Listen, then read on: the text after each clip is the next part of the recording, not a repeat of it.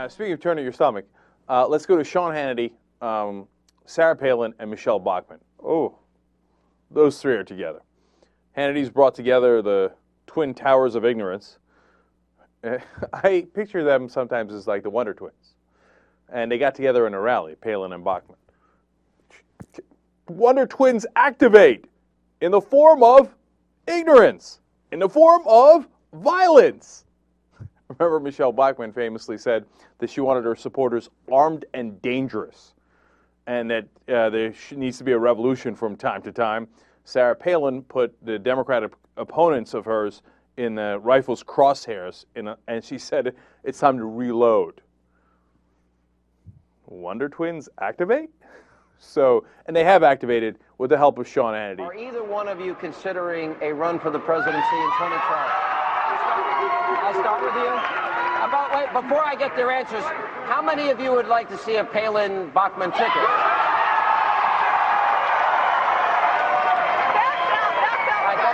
Governor Palin, are you thinking about a run again?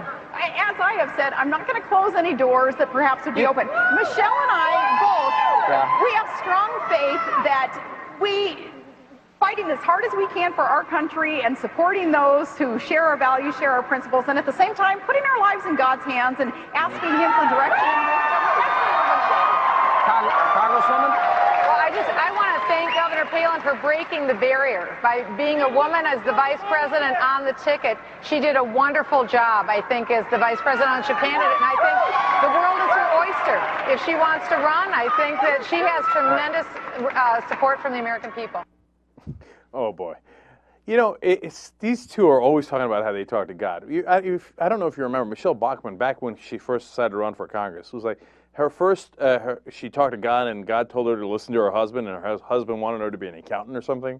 And then it turns out she talked to God again and says, oh, ignore your husband. Go run for Congress, try to get famous. And so she ran for Congress, and then Palin, of course, says, oh, it's in God's hands. Do I get paid for this? What's going on? Anyway, so to use Ben Mango's old line about George Bush, if God has chosen to talk to these two, He's made a curious choice.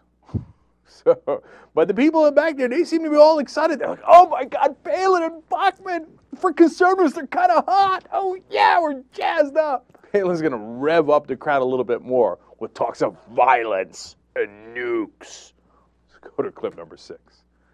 But the president apparently now is going out there and report out today that there's no such thing as radical extremism. And the president is saying that if there is a biological, chemical attack against the United States of America or any type of cyber attack, major cyber attack, if it's a country that is part of the Non-Proliferation Treaty, that America has taken nuclear weapons off the table.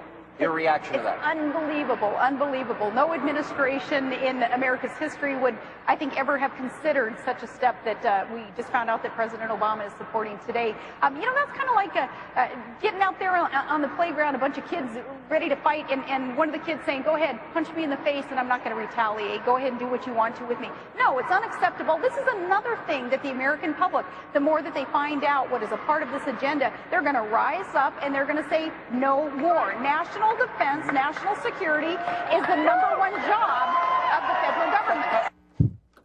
It's like a kid or maybe an adult saying, you know, if somebody hits me, like turn the other cheek or something. Who would do that?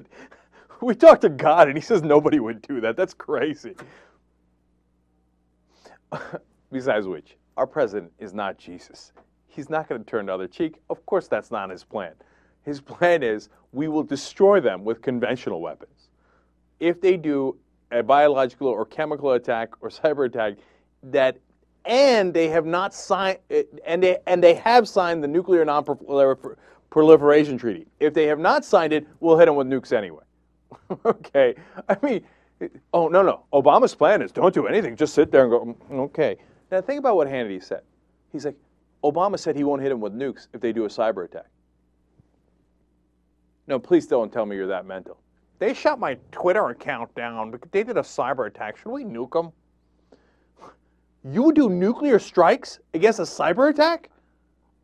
I mean, come on. Even Republicans can't be that mental. What do they want? Unless Obama obliterated like 3 different countries with, a combined, billion megatons of nukes, they're still like, yeah, he obliterated 2 countries, launched like 128 nukes. But anyway, it's unprecedented. Any Republican would have launched 130 nukes. I mean, come on. They shut down like the Secretary of Labor's Facebook account. You're going to just sit back and take that? Republicans, what are you going to do with it?